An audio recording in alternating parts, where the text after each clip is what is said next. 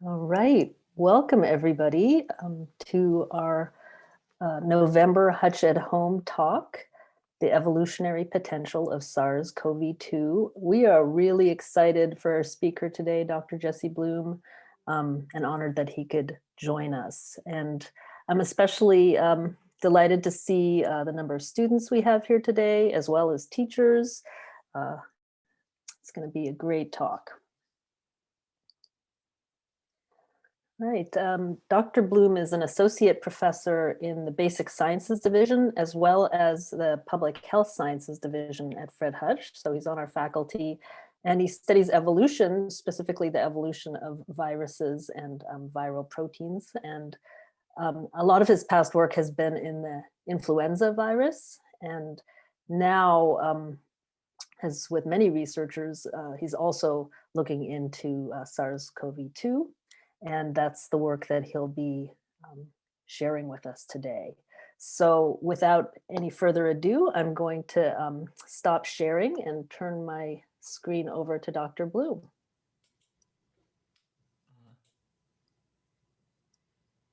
Hi, can anybody see me or hear me? We can't see you, but we can hear you. Yeah, it's weird. My video was working.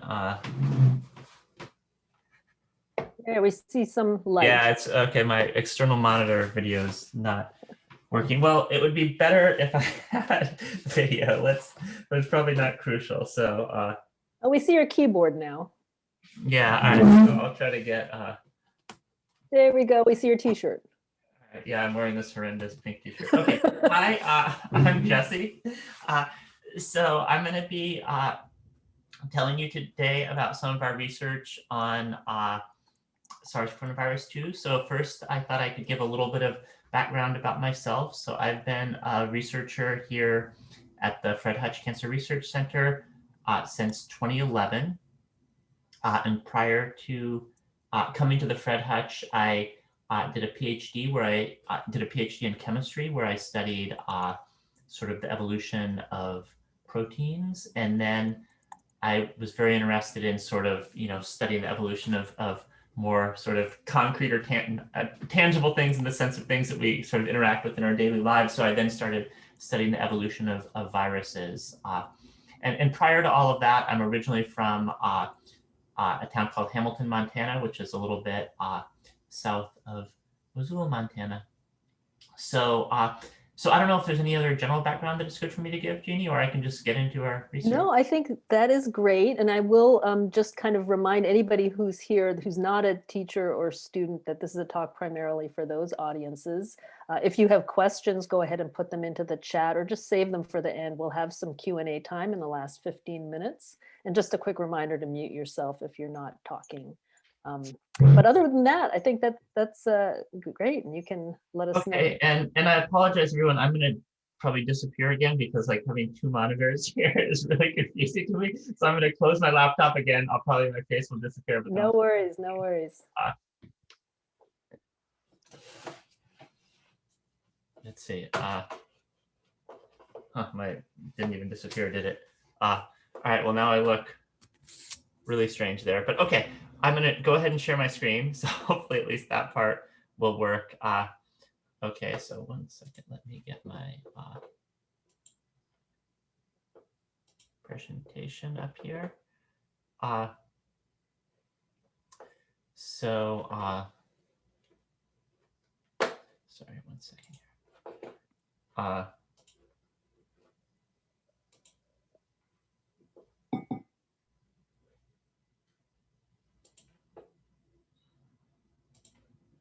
I just think it's great. The Newport HOSA Club is really, there's a lot of folks from there. So shout out to Newport HOSA. All right, are you ready? Okay, so are people seeing my slides now? We are seeing your slides, yes. Okay. So I'm going to give sort of a similar talk to I gave at a Hutch faculty retreat recently. So that's why the label here says Hutch faculty retreat. And if anybody's interested in going to these slides or sort of following along or playing around, you can go to this link right here on your computer. So I'm just going to kind of leave this open for a few seconds and not say anything if anybody wants to copy down that link into their own web browser.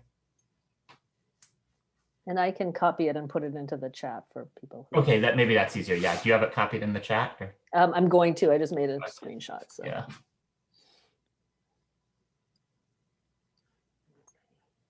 Oh, Hanako beat me to it. There we go. We're good to go. In the chat. Okay. So I'm going to be talking about the evolutionary potential of the SARS coronavirus 2 receptor binding domain.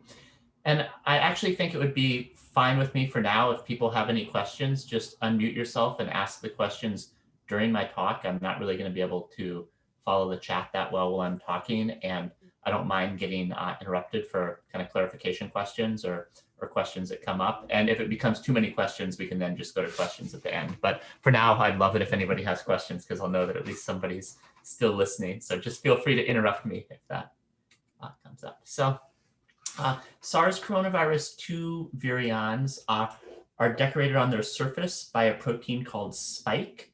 So to the left here is sort of an artist's rendition of a SARS coronavirus 2 virion. And you can see that there are all these spike proteins that are sort of sticking out of the surface of this. And this is actually why it's called a coronavirus. When people were first able to look at these using electron microscopy, they thought these spike proteins sort of gave it like a corona-like halo around the virions. And so here is the cryo-EM structure. So this is the three-dimensional structure of what this protein actually looks like if you were to essentially look down at the atomic level. Two of these were determined early on, one by David Wiesler here at University of Washington, and then one by Jason McClellan at University of Texas. And so this is the protein that gets the virus into the cell.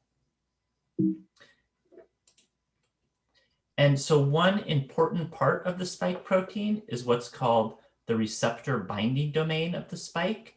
And I've colored it here in purple. And in a lot of this talk, I'm going to refer to it by its commonly used acronym, RBD, which stands for receptor binding domain. And so the receptor binding domain is an autonomously folding subdomain of this larger spike protein. And the function of the receptor binding domain is to sort of reach out and grab onto ACE2. So ACE2 is a protein which is expressed on the surface of some human cells. And this ACE2 protein is what's called the receptor for SARS coronavirus 2. So that basically means the way that the virus first attaches to a cell is to use its receptor binding domain to bind to ACE2. And then that triggers a whole cascade of events, which eventually gets the virus on the other side of the cell's membrane and inside the cell.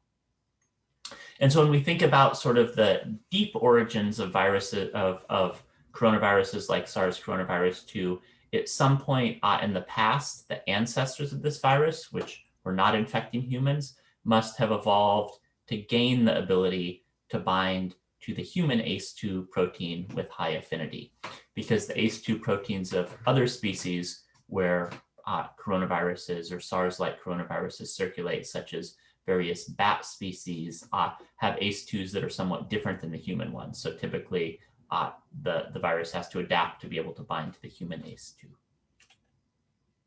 And so in addition to the importance of the receptor binding domain attaching to ACE2 to enable the virus to, sort of originally start infecting humans and cause this pandemic, we also care a lot about this interaction between the receptor binding domain and ACE2, even now that the pandemic is ongoing and the virus is already adapted to enter human cells. And the reason for that is really essentially all of the most successful methods for fighting viruses have almost all evolved around neutralizing antibodies. And so, for instance, when you get a vaccine against some virus, what that vaccine is doing is causing your body to make antibodies. Here's a cartoon of an antibody shown in green.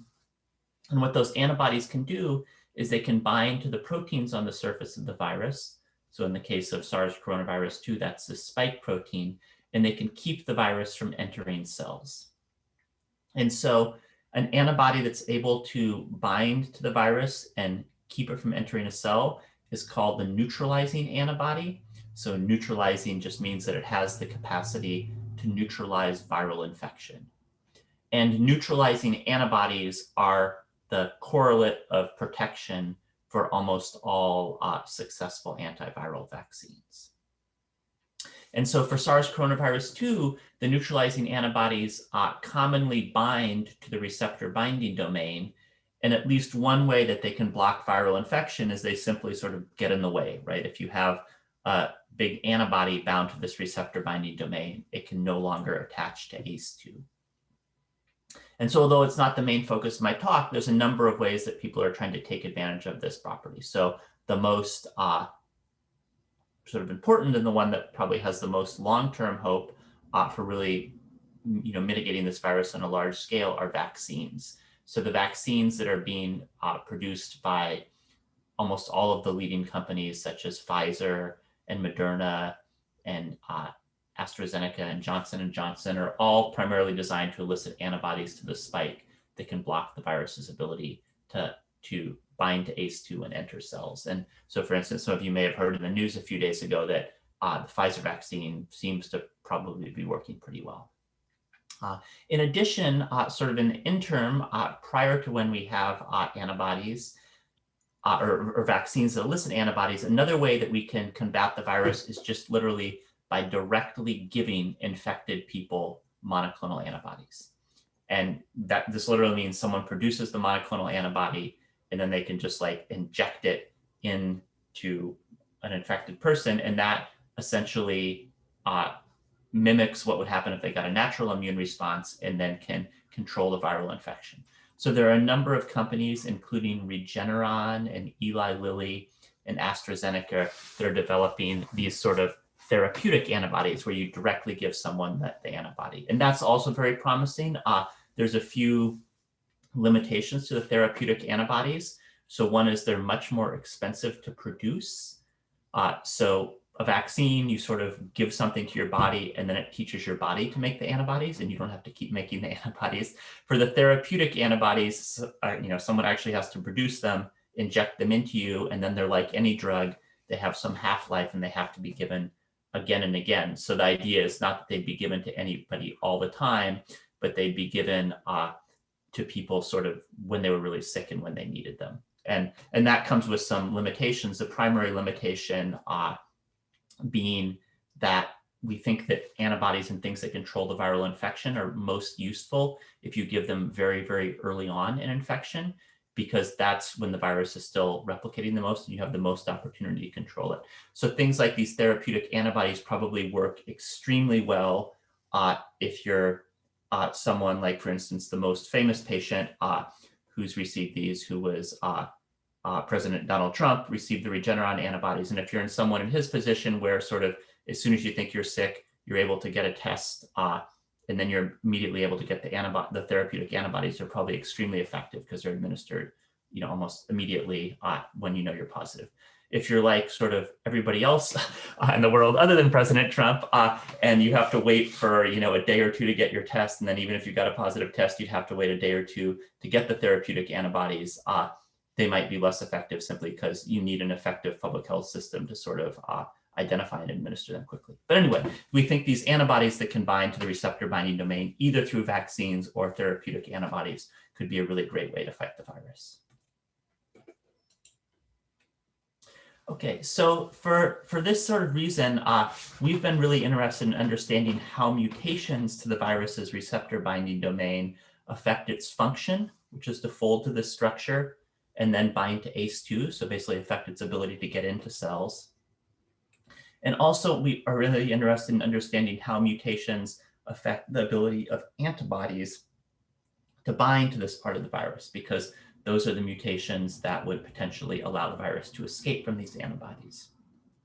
And finally, in addition to really sort of understanding how mutations affect these two properties, we're interested in sort of figuring out if we can use maps of how mutations affect these properties to predict if or how the virus might be able to actually escape from antibodies. So first, I'm going to talk about how in our lab, we've measured how mutations to the SARS-CoV-2 receptor binding domain affect the ability of this protein to fold up and then bind to ACE2 and enter cells.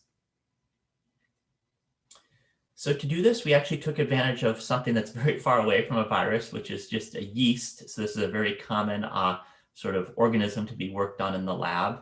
And it's very easy to work with and grow yeast. And one of the things you can do with yeast is you can sort of use synthetic DNA to instruct them to express some foreign protein on their surface. And we actually had the idea to do this when we were reading that one particular company was trying to produce a vaccine by simply making yeast produce a lot of the SARS-CoV-2 receptor binding domain, which they were then going to use to inject into animals and hopefully eventually people to elicit antibodies. And we thought, well, we could also use this same system to just study the receptor binding domain, where we now just attach it to the surface of the yeast. And so now if the yeast is expressing a bunch of this receptor binding domain, we can put a fluorescent label on that, and then yeasts that are expressing more of the receptor binding domain will be more fluorescent. And importantly, we can also take the yeast and we can incubate them with this ACE2 molecule, which is what this thing normally binds to, and also make that fluorescent. So now if a yeast has a receptor binding domain that's really good at binding to ACE2, it will become fluorescent with whatever color is attached to the ACE2.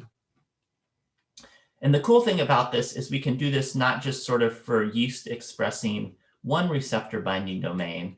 There are really great tools where we can make a whole big library of yeast with each yeast expressing a different mutant of the SARS-CoV-2 receptor binding domain. And then we can just grow these yeast up in the lab really easily. And then we have this big pool of yeast, and all of the mutants of the SARS-CoV-2 receptor binding domain are on the surface of some yeast in this pool. So then what we do is we just sort of take our yeast, and we have this big pool of yeast, and we incubate them with this fluorescent ACE2, and then depending on how well that receptor binding domain mutant binds to the ACE2, the yeast will become more or less fluorescent. And then we use a device called the flow cytometer, which is just a machine that sort of sorts cells based on how fluorescent they are, to sort the yeast into different bins based on how fluorescent they are. And then we use sequencing to identify which yeast are in which bin. And then we can also do this to just measure how much of the RBD protein made it to the surface of the yeast. So this is really neat because it allows us to build up these maps of how mutations to the receptor binding domain affect both folding and ACE2 binding. So here's a little website link I have in my presentation. And so what this is showing is there's like a lot of data and it looks sort of overwhelming, but it becomes really useful if you care about SARS-CoV-2. So what this heat map at the top is showing is how well each mutant of the receptor binding domain can bind to ACE2, which again is necessary for the virus to infect cells. And so each column here is a different position in this protein. There are 200 different positions. And then there are 20 different amino acids. So you have 20 amino acids at each position. And then I've colored the cells red if the mutation is really bad for ACE2 binding, and blue if it's good for ACE2 binding. So for instance, this mutation here, V350D, is colored very red because it makes the binding to ACE2 much worse. And you can see there are some positions like here where mutations don't have much of an effect at all. And there are some like here where the mutations can actually enable the SARS-CoV-2 receptor binding domain to bind to human ACE2 even better than it did before. And so for instance, this looks like a lot of data, but it can be useful in certain contexts. So for instance, I don't know if anybody heard, in the news about how in Denmark, they're now culling lots and lots of mink on mink farms. And the reason is that SARS-CoV-2 has jumped from humans into the mink on the mink farms and is now infecting the mink. And then it's jumping in some cases from the mink back to the humans. And one reason people are really worried about this is that virus has one particular mutation, Y453F. So that means position 453 was changed from a Y to an F. And when we go and we look what that mutation does, we can see that's actually a mutation that allows the virus to bind more strongly to human ACE2. So that's potentially a little bit of a worrying property. So anyway, hopefully this is just sort of showing you how by having these large scale measurements, now anytime people sequence a SARS-CoV-2 our receptor binding domain, we can, whatever mutations they find, we can go look it up on these maps or this was on the internet, so they can go look it up on these maps and they can figure out what that mutation does. And that could be really useful for surveilling the evolution of this virus.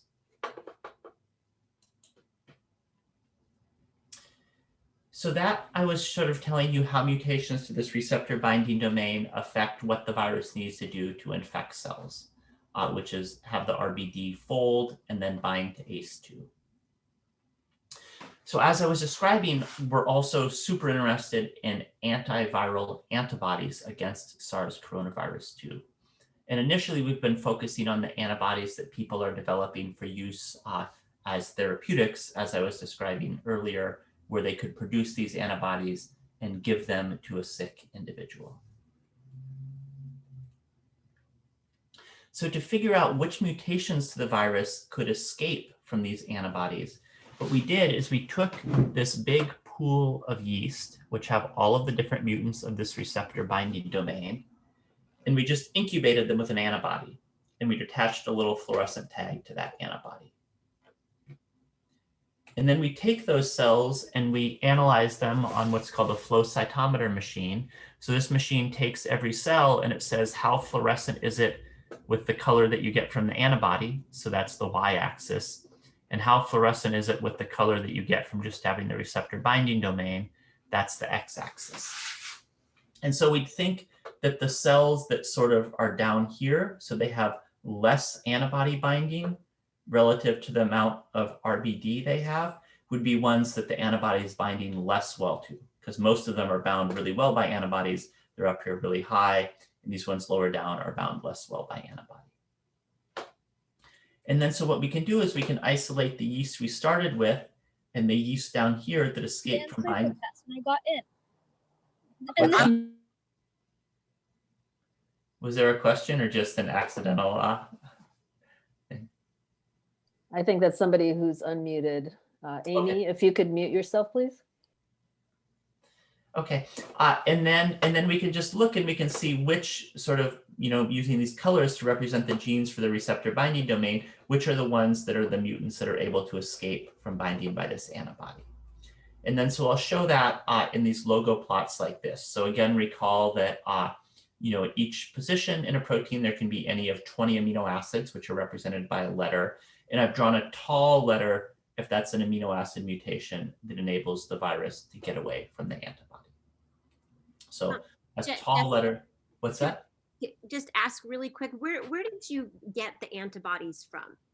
Yeah, that's a great question. So in these maps, tall letters indicate escape mutations. So initially in the work I'm going to describe right now, we are not in the business ourselves of isolating antibodies, but there's been a lot of labs that are doing that. And so basically the approach is that they've been isolating them for the most part from infected humans. So once a human's infected, our immune systems are naturally great at isolating antibodies. So they'll take blood from someone who's been infected, so like a convalescent individual. So typically once someone's infected, it takes, let's say, 3+ weeks for their body to start making really good antibodies.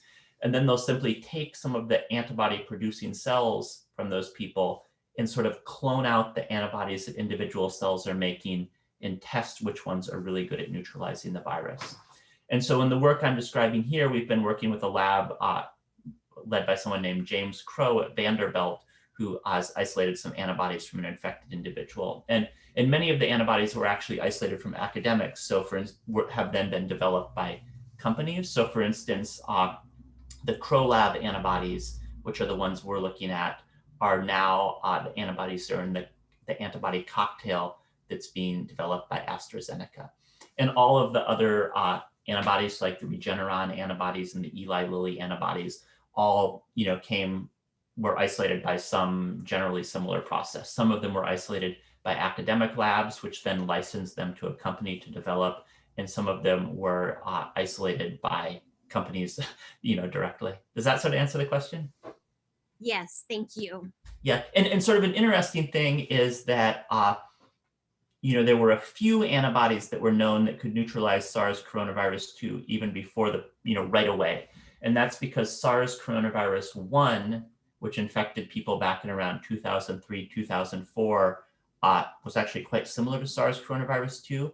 So some SARS coronavirus 1 patients, who are now long since recovered, actually turned out to have antibodies that also recognize SARS coronavirus 2. Although, prior to SARS coronavirus 2 emerging, no one had put much effort into isolating the antibodies from those patients. But some people were keeping track of who'd recovered from SARS coronavirus 1.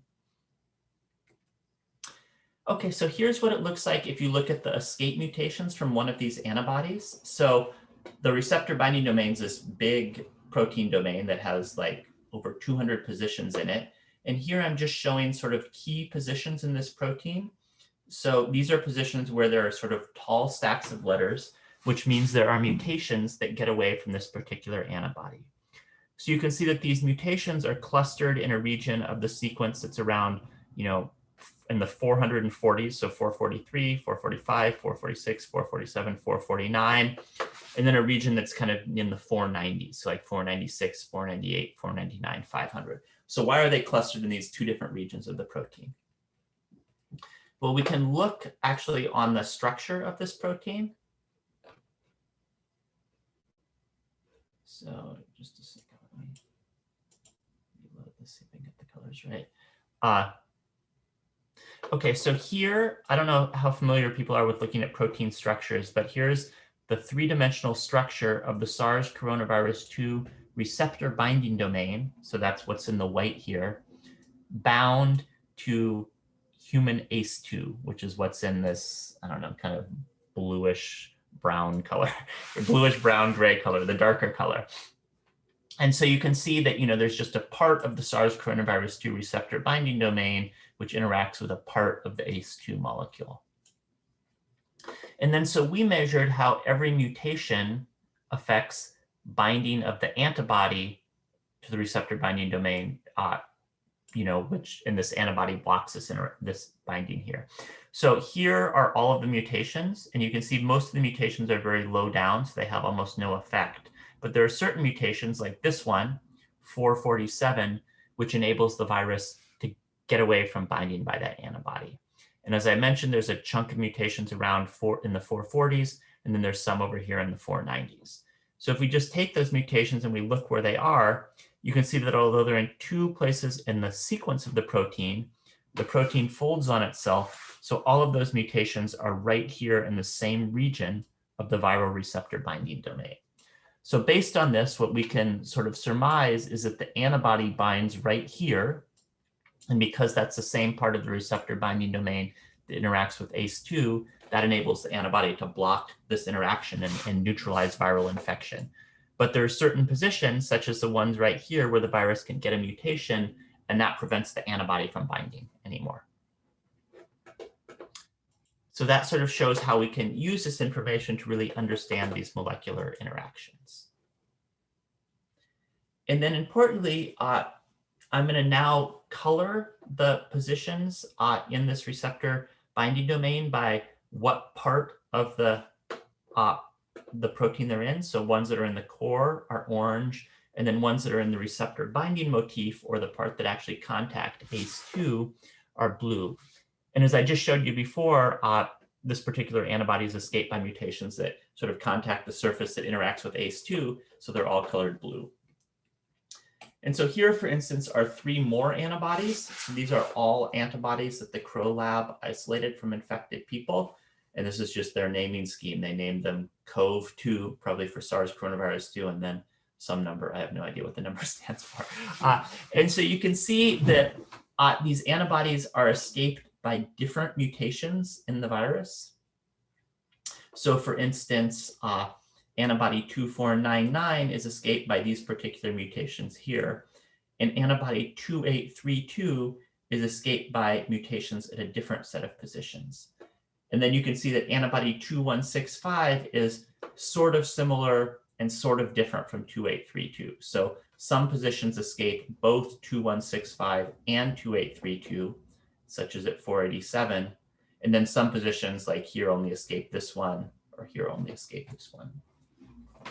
So it's really interesting to be able to look at these sorts of data. So for instance, some of the antibodies that are being developed against SARS coronavirus 2 are actually being administered in pools. So for instance, you may have heard Regeneron actually makes an antibody cocktail. So like Trump got the Regeneron antibody cocktail, which is a mixture of two antibodies. And the idea behind mixing two together is it makes it harder for the virus to evolve to escape the antibody if it has to escape two different antibodies.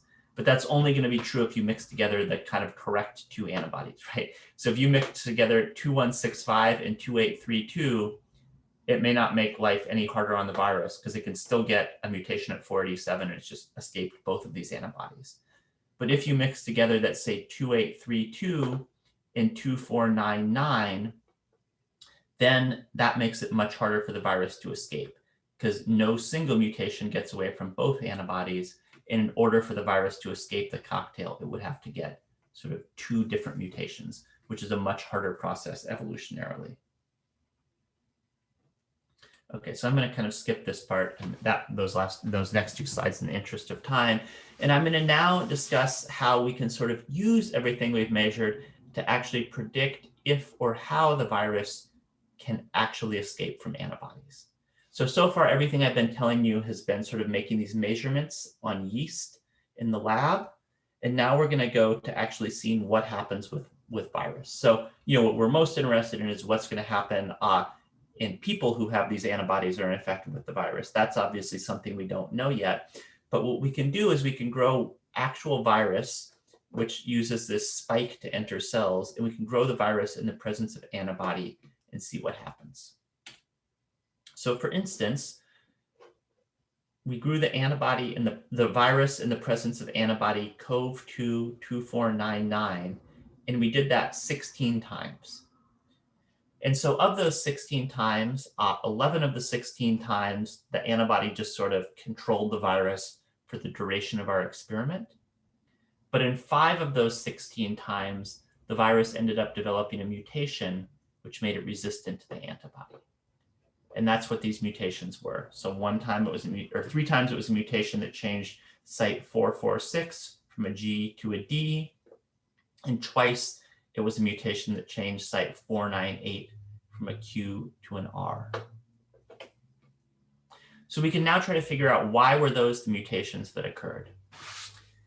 So if we go to this big map I was showing you of all the escape mutations, you might recall that for this particular antibody, there were a lot of escape mutations in the 440s and the 490s, and those include G446D and Q498R. So it sort of makes sense that these could be escape mutations, but there are also all of these other mutations. So why did the virus only get these 2 mutations? Well, a really important thing is that we were just making all of the mutations synthetically in our experiments, but the virus has a nucleotide sequence. It has a genome that's made of RNA, and it has to change that genome 1 nucleotide at a time. And for anybody who remembers the genetic code, you might remember that you can't get from every amino acid to every other amino acid in a single step because, there are 64 amino acids. So there's, a lot of, 63 different codons that anything could change to if you were changing all of the nucleotides. But if you only change a single nucleotide in a codon, you can only get to 9 of those 64 amino acids. So if we subset just to the mutations that are accessible by a single nucleotide change, we can see now that there are fewer escape mutations that the virus can get by changing just 1 nucleotide. And those are among the ones that the escape mutations occur at. And then furthermore, I told you how many mutations are deleterious for the virus's ability to bind to the ACE2 receptor. And then we've also measured that. So now, for instance, I've colored this map of escape mutations such that mutations that are bad for the virus's ability to bind to ACE2 are colored very yellow, and the ones that enable the virus to bind to ACE2 well are colored brown. And so you can now see that many of these mutations are bad for the virus, and only a couple, including this one and this one, still allow the virus to bind to ACE2 well. And those are the ones that appear. And this sort of makes sense. If we were to think, from the virus's perspective, which are, obviously viruses don't really think, but if we imagine that they do and kind of personify them, the virus wants to escape by getting a mutation that escapes binding, so a tall letter here, but that doesn't interfere with its ability to bind to cells, so a dark letter here. And you can see those are the mutations that actually occur. And so in the interest of time, I'm going to skip a couple slides, and I'm going to talk about one really interesting antibody and how we can also use our data to understand that. So there was one antibody called COV2-2499, where even when we tried 56 times, we were never able to select a mutation, a virus that had a mutation that escaped from that antibody. So like, why is this antibody resistant to the virus's ability to escape? So if we just go and we look at our letter stacks, we can see that there are actually 3 positions in the virus where mutations at those positions do abrogate the ability of the antibody to bind to the virus at 420, 475, and 487. And even when we look at the mutations the virus can just get to by changing one nucleotide, there are still 4 left. So it seems like this virus should have 4 ways of escaping from binding by this antibody. So why doesn't it do it? And we can understand that if we go back to what I was telling you at the beginning of the talk, where we measured how all mutations affect the ability of the receptor binding domain to fold up to its structure and then bind ACE2. So we can see that 2 of the possible mutations are very bad for the expression of this folded RBD protein. So if you make those mutations, the virus just doesn't get much of this protein. And the other 2 are really bad for the ability of the protein to bind to ACE2. So this particular antibody sort of corners the virus in evolutionary space. The only mutations that allow it to escape from binding by that antibody are really bad for the virus in some other crucial aspect. And so the virus just can't get away. And so we think really being able to sort of make these measurements of the evolutionary space available to the virus is really useful in terms of thinking about designing these sort of antibody therapies. And so to just sort of conclude from the main points I hope I've told you, what we've really done is we've created what I would call phenotypic maps of how all mutations to the SARS-CoV-2 receptor binding domain affect the ability of this protein to fold up and then do its function, which is to bind to ACE2, and then also its ability to be antigenically recognized by antibodies. And so these maps allow us, every time we see a mutation to the virus, to look up what that mutation is doing. And then I showed you how these maps can explain if and even how the virus is able to evolve to escape from specific antibodies. And more generally, we think these maps will be really useful in the coming months and years as the virus is continuing to evolve and mutations appear, and people want to know, what are these mutations going to do? Are they going to affect the effectiveness of antibodies? Are they going to affect the effectiveness of immunity that's elicited by vaccines? Hopefully we can kind of get this information ahead of time, so when we see mutations appearing in the virus, we can immediately understand what they're doing. Okay, so finally, I'd like to just thank some people for what I was describing today. So first, as Jeannie mentioned, up until February, my lab wasn't working on SARS-CoV-2 at all. And then when it happened, there were really 2 excellent members of my lab.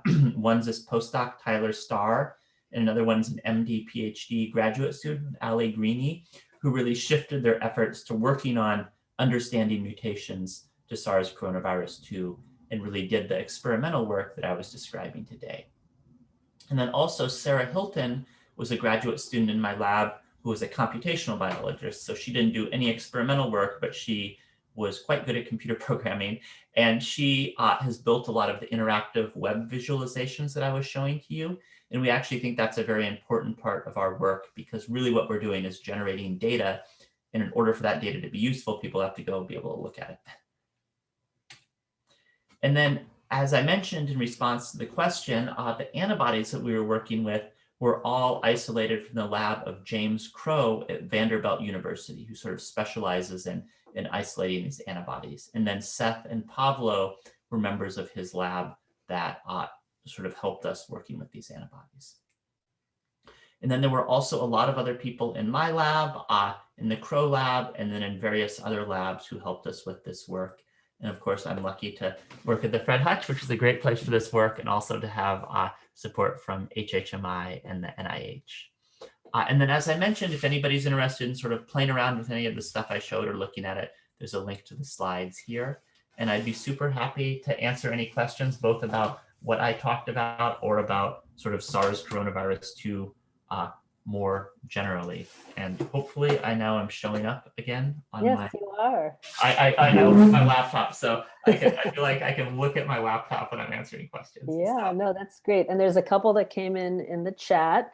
Jennifer asked, first of all, thank you for sharing the presentation, but are there some flaws in the research you're currently working on, and how are you addressing those? So maybe challenges or problems. Yeah, I mean, I feel like the biggest limitation, to our work and really almost any experimental work on a virus like SARS coronavirus 2 is that we're doing this work because we want to understand what the virus is going to do, out there in humans, sort of in the wild, so to speak, or in the natural environment of the virus, which is humans. But we can't, study the questions that we want,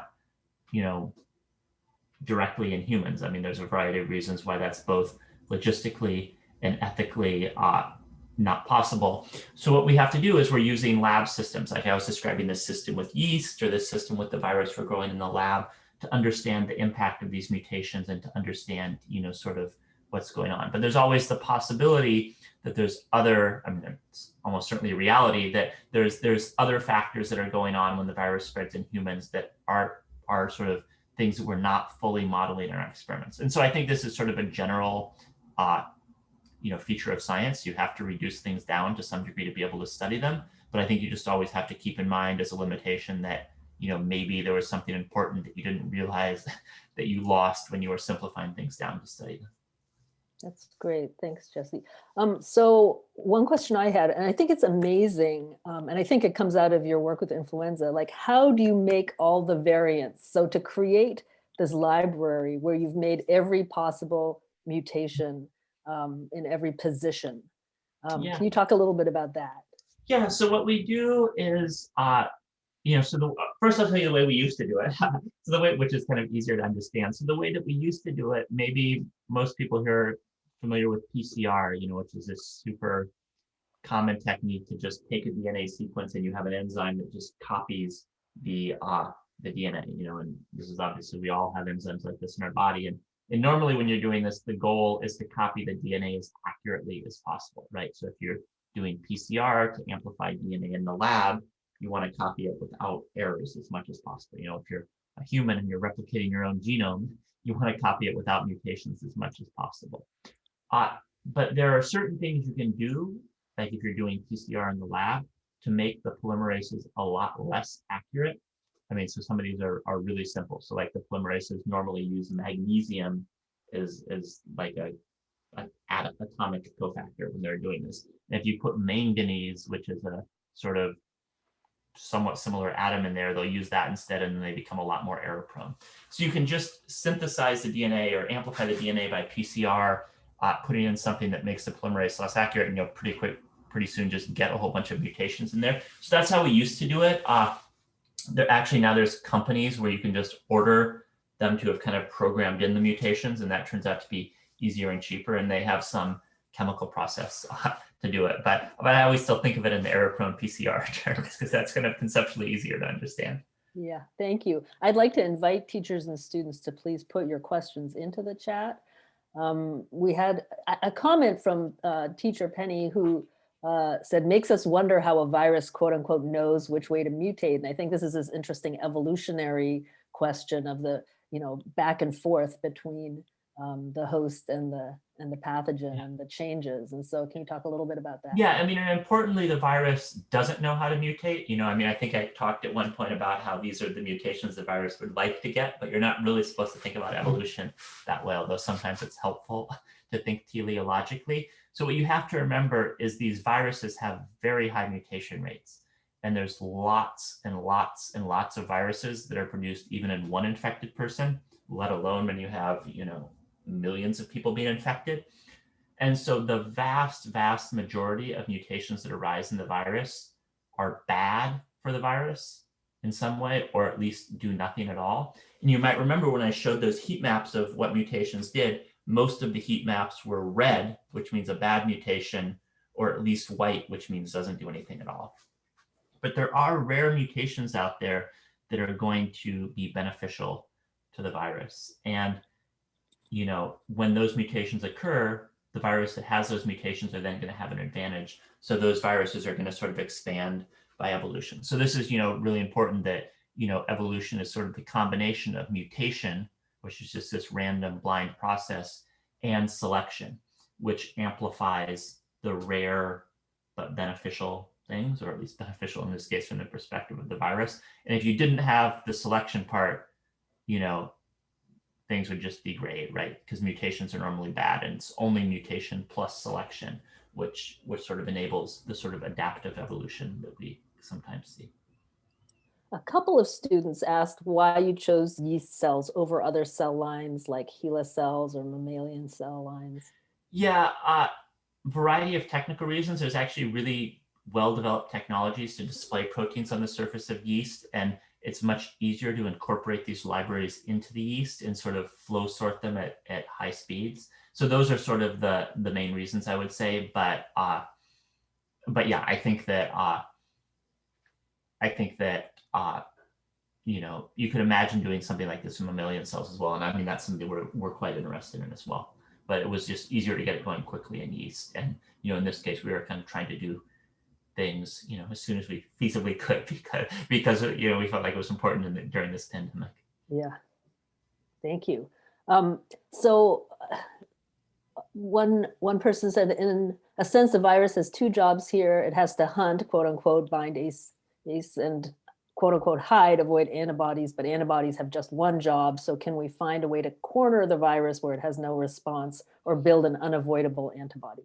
So that's from Josh. Yeah, that's a great question. And, and I think it's interesting when you look at different viruses, they have different abilities to get away from the immunity that's naturally made by infection. So for instance, if you compare measles and influenza, which are two RNA viruses that have high mutation rates, the measles vaccine is extremely effective, right? If you get the measles vaccine, you're pretty unlikely to get measles. And the measles vaccine that we're using today is essentially the same measles vaccine that was developed in the 1950s. And we haven't really had to change it at all, because measles just can't change to get away from our immunity.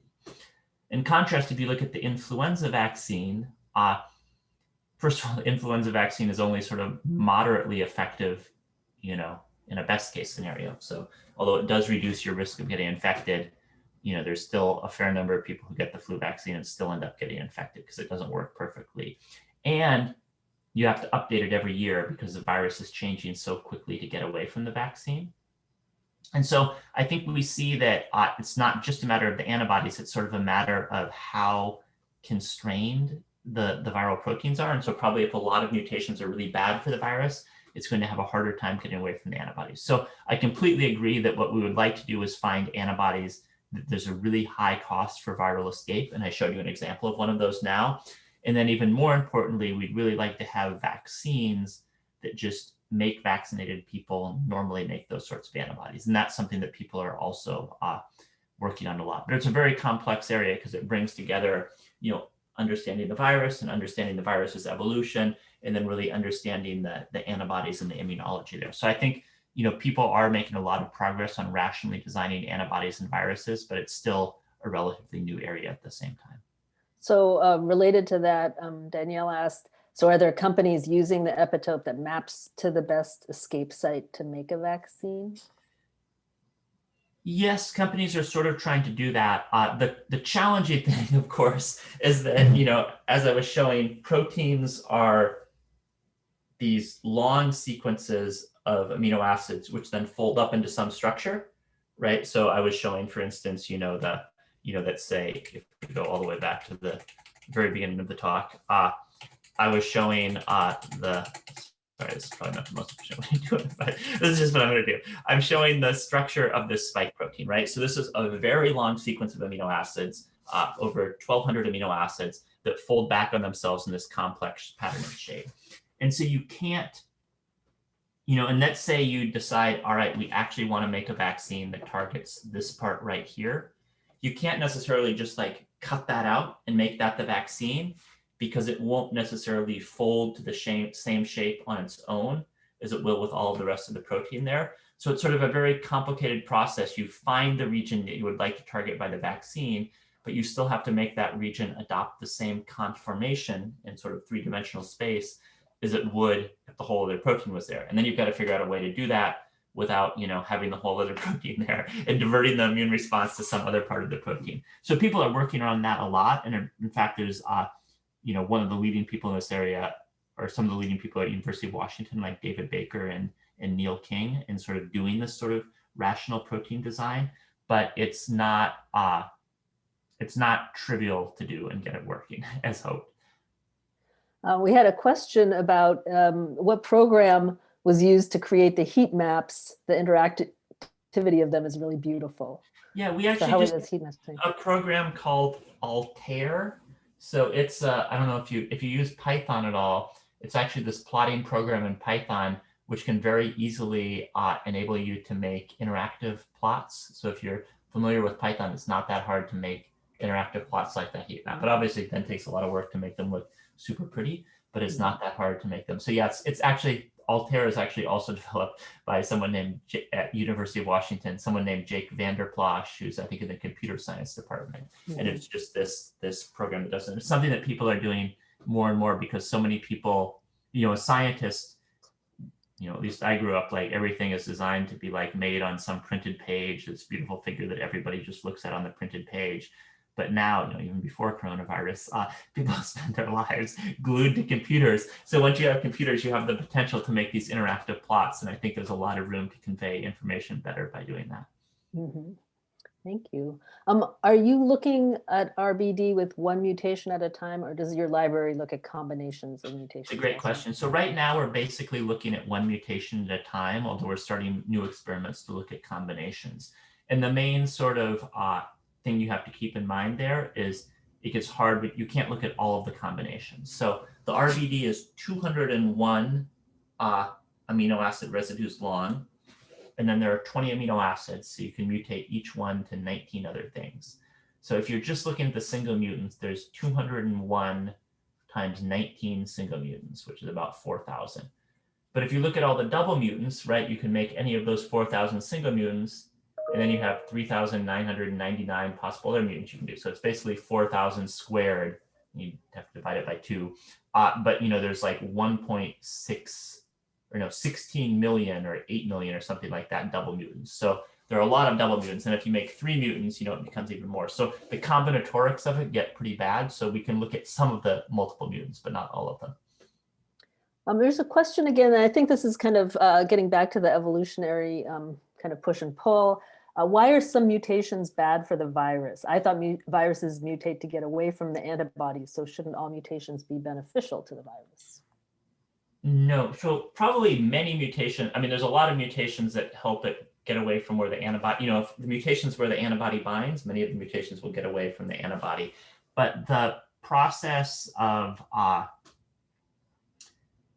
the protein folding and functioning, most mutations are bad for that. And at least the way I sort of think about this is I imagine evolutionary selection is sort of doing work, right? So in the same way that if you just sat at your keyboard and randomly typed out numbers, you're probably not going to type out like an intelligible book. If you take a gene sequence and you put a whole bunch of random nucleotides, or take a protein sequence and put a whole bunch of random amino acids, you're going to generate junk. And basically what evolution is doing is it's sort of doing the work of taking these mutations, which are almost always bad, and getting rid of the bad ones and keeping the good ones.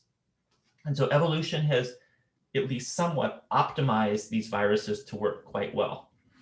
And so if you then just go around randomly mutating them, most of the time you're going to break them. So I mean, I think you can literally think of it as if, I typed out some sentence for you on my computer.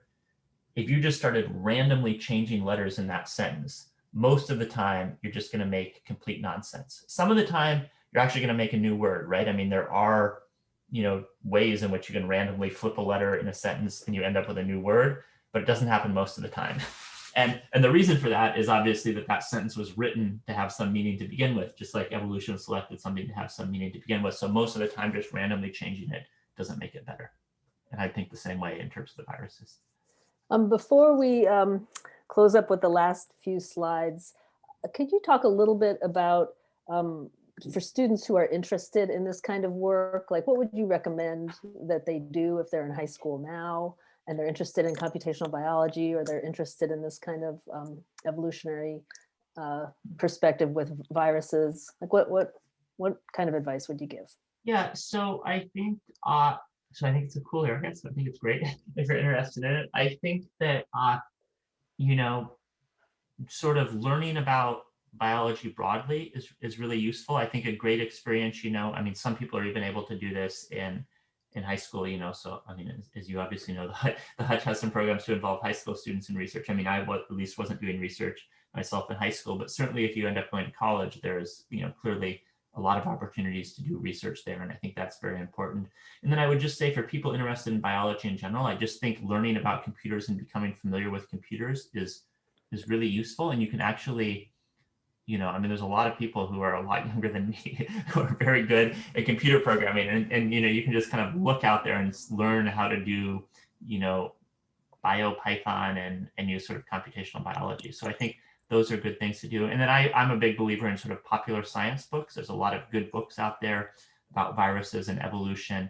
And I think just reading those, even at the popular science level, gives you an appreciation of a lot of the interesting questions and sort of things that you might want to try to study. Thank you so much. I'm going to put back my screen here for a second for a few closing slides. And one of the things that I'd like to highlight for everybody is that we have some field trips, virtual field trips that you can participate in. And the next one is to the Cheme Lab. And that's next week on the 17th from 4 to 5. And so same time slot as today. And the registration for that is in the chat. So they study cell and gene therapy, and I think you will find this pretty interesting. There'll be a few lab members there that you can ask questions of, and also get a video tour of their lab. And then if you are looking for past recordings or the schedule, it's on the Science Education Partnership News and Events page, and you can see upcoming things, including a teacher workshop on cancer immunotherapy. It's a professional development workshop for teachers, and I put the registration for that into the chat as well. So teachers, if you're interested, that's on the 18th and 20th of this month. And then lastly, we have a new initiative to donate to science education. So now through the end of the year, we're going to be asking if you're interested in supporting our work. Now there is a way to do so. I've also put that link in the chat, and we really appreciate anybody who's able to help us continue with this work that we're doing. So hope we see you at some of our other programs. I want to thank everybody who was able to join us today. And terrific talk by Dr. Bloom. Can you please take a moment? You can unmute yourself, or you can throw up a chat statement, or you can do a reaction, whatever you like, to let Dr. Bloom know how much we appreciated his excellent talk today. Thank you, Doctor. You're welcome. I've been on these same awkward things where you can't really effectively clap on Zoom. So I'm just grateful that some people are still listening after all of that. Thank you. Yeah, it's great. We had a really nice turnout of students, especially today, but a lot of interest in the work that you're doing, and it's very important work, I think, too, and as we try to understand this virus. I think I am kind of interested in, how much you took from your flu work and were able to apply. I mean, a lot, basically, Yeah. because that's all we knew about as of 9 months or 10 months ago now. I really appreciate you sharing your slides too. I think that's nice, because now the teachers are able to, use some of that imagery when they're talking to their students as well. Yeah, so hopefully that's useful. Go ahead. Yeah. Hi, I'm Michelle. Do you feel that the SARS-CoV virus is mutating as much as the flu virus from your experience? I think it's definitely going to evolve more slowly than influenza, but Wonderful. I suspect it's going to evolve more than something like measles. But I think it remains very much an open question. so if it's able to evolve and reinfect people at some rate, which I mean, I think is already clear is going to happen, I think there's a lot of open questions what that will mean for severity of disease. So it's possible that people will get reinfected multiple times in their life, but maybe they'll have enough immunity from the first infection that the other ones just give them mild colds. In that case, honestly, it's not that big a deal. Or maybe, later infections could make them really, really sick, in which case it's obviously bad. And I don't think we know the answer to that right now. For instance, there are coronaviruses in humans right now, which are these seasonal coronaviruses. So they cause common colds. About 20% of common colds are caused by what are called the human common cold seasonal coronaviruses, and nobody worries about them. Nobody's even really cared enough about them to try to make a vaccine. But if you have a kid in daycare like I do, that's what a lot of the sniffly noses probably are.